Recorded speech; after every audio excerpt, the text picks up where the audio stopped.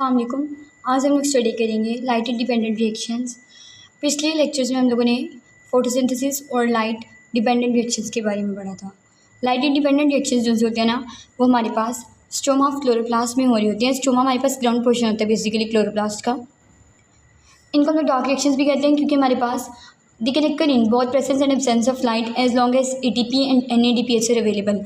जब तक ATP और NADPH मौजूद हो ना, तो ये हमारे पास प्रेजेंस और एब्सेंस दोनों में हो सकता है। तीन चीज़ें चाहिए होती हैं: carbon dioxide, ATP, NADPH। Carbon dioxide is the carbon source use होता है, ATP से एनर्जी आती है और NADPH हमारे पास रिड्यूसिंग इक्विवेलेंट्स प्रोवाइड करता है, मतलब हाइड्रोजन आइंस प्रोवाइड कर रहा होता है।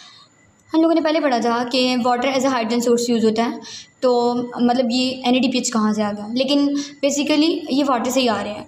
हम लोगों ने जी स्कीम पढ़ी थी जिसमें से वाटर के इलेक्ट्रॉन्स जो से हैं वो एक्साइट होकर NADPH की फॉर्मेशन में रोल प्ले कर रहे थे, और जिनसे वाटर से हाइड्रोजन आयन निकलते हैं वो NADPH बनाते हैं बेसिकली पहले, और फिर इसके बाद NADPH हमारे पास हाइड्रोजन आयन प्रोवाइड करता है।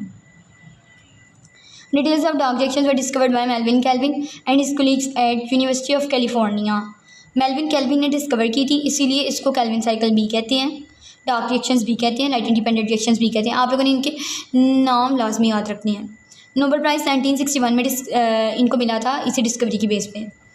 ये बहुत इंपॉर्टेंट साइकिल है, आप लोगों ने इसका हर स्टेप गौर से देखना है। इसकी 3 फेसेस होती हैं बेसिकली।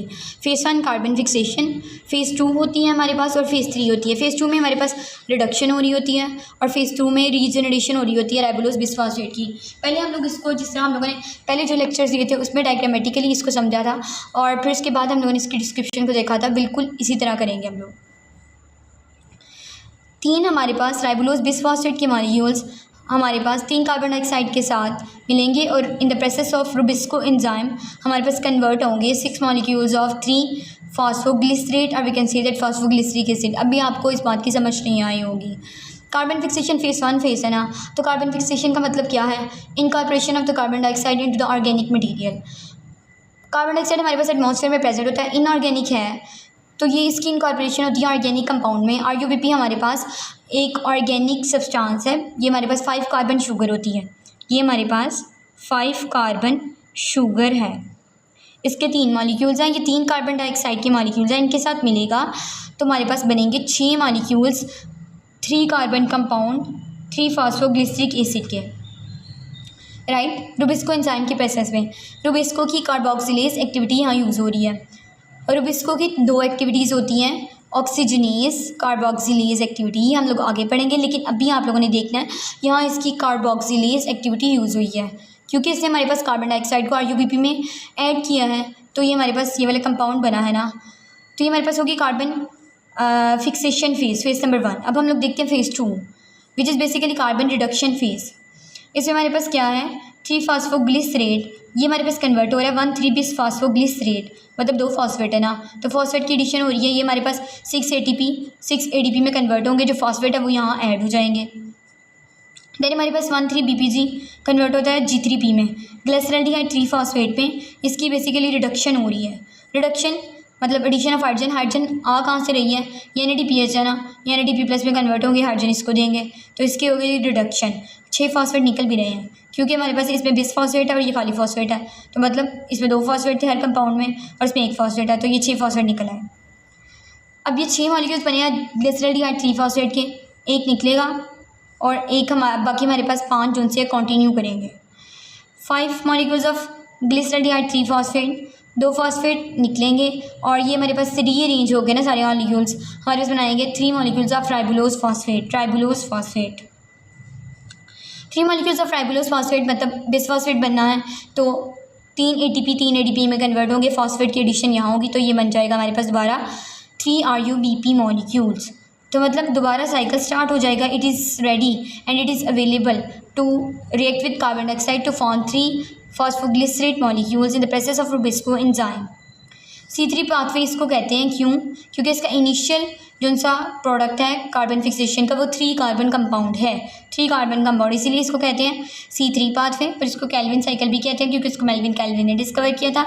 इसको डार्क रिएक्शंस भी कहते हैं क्योंकि it can take place both in the presence and absence of light, और इसको हम लाइट इंडिपेंडेंट रिएक्शंस भी कहते हैं।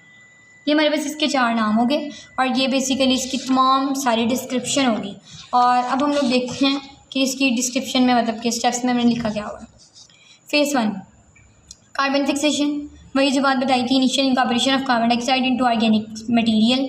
रुबिस्को, इसकी हमारे पास मतलब डेरिवेशन क्या है या ये इसका पूरा नाम क्या होता है। Rubisco bisphosphate ribulose bisphosphate carboxylase. It is the most abundant protein on अर्थ।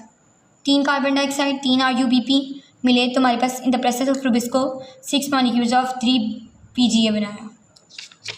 ये होता है साइक्लिक सीरीज़ में ही है, लेकिन मैंने आप लोगों की अंडरस्टैंडिंग के लिए कि मतलब जो आप लोगों की बुक में टेक्स्ट डिस्क्राइब हुआ था वो इसकी बेसिस पे हुआ था, तो मैंने आप लोगों को रिएक्शन की फॉर्म में दे दिया ताकि आप लोगों को याद करने में आसानी हो और समझने में भी आसानी हो। बाकी मैंने आप लोगों को साइक्लिक सीरीज़ पहले ही समझा दी। ये फेज़ 2 है, इसमें 6 मॉलिक्यूल्स ऑफ 3 फॉस्फोग्लिसरेट कन्वर्ट हो रहे हैं 6 मॉलिक्यूल्स ऑफ 1,3 बिसफॉस्फोग्लिसरेट। 6 ADP में कन्वर्ट हुए, ये फॉस्फेट ATP से आई हमारे पास। 6 molecules of 1,3 bisphosphoglycerate 6 molecules of G3P में कन्वर्ट हुए, 6 NADPH 6 NADP प्लस में कन्वर्ट हुए और हाइड्रोजन इसके रिडक्शन के लिए यूज़ हुए, 6 फॉस्फेट निकले। 6 मॉलिक्यूल्स G3P के बने हैं हमारे पास, ये हम लोगों ने देखा भी था। एक G3P मतलब it basically leaves a cycle and combines with another G3P to make glucose, जो कि कन्वर्ट होता है अदर कार्ब्स में भी।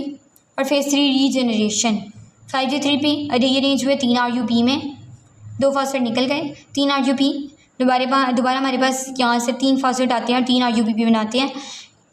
It receives the carbon dioxide and Calvin cycle continuous. इस तरह हमारे पास ये वाला लेक्चर होता है एंड। अब नेक्स्ट लेक्चर में मिलेंगे। अल्लाह हाफ़िज़।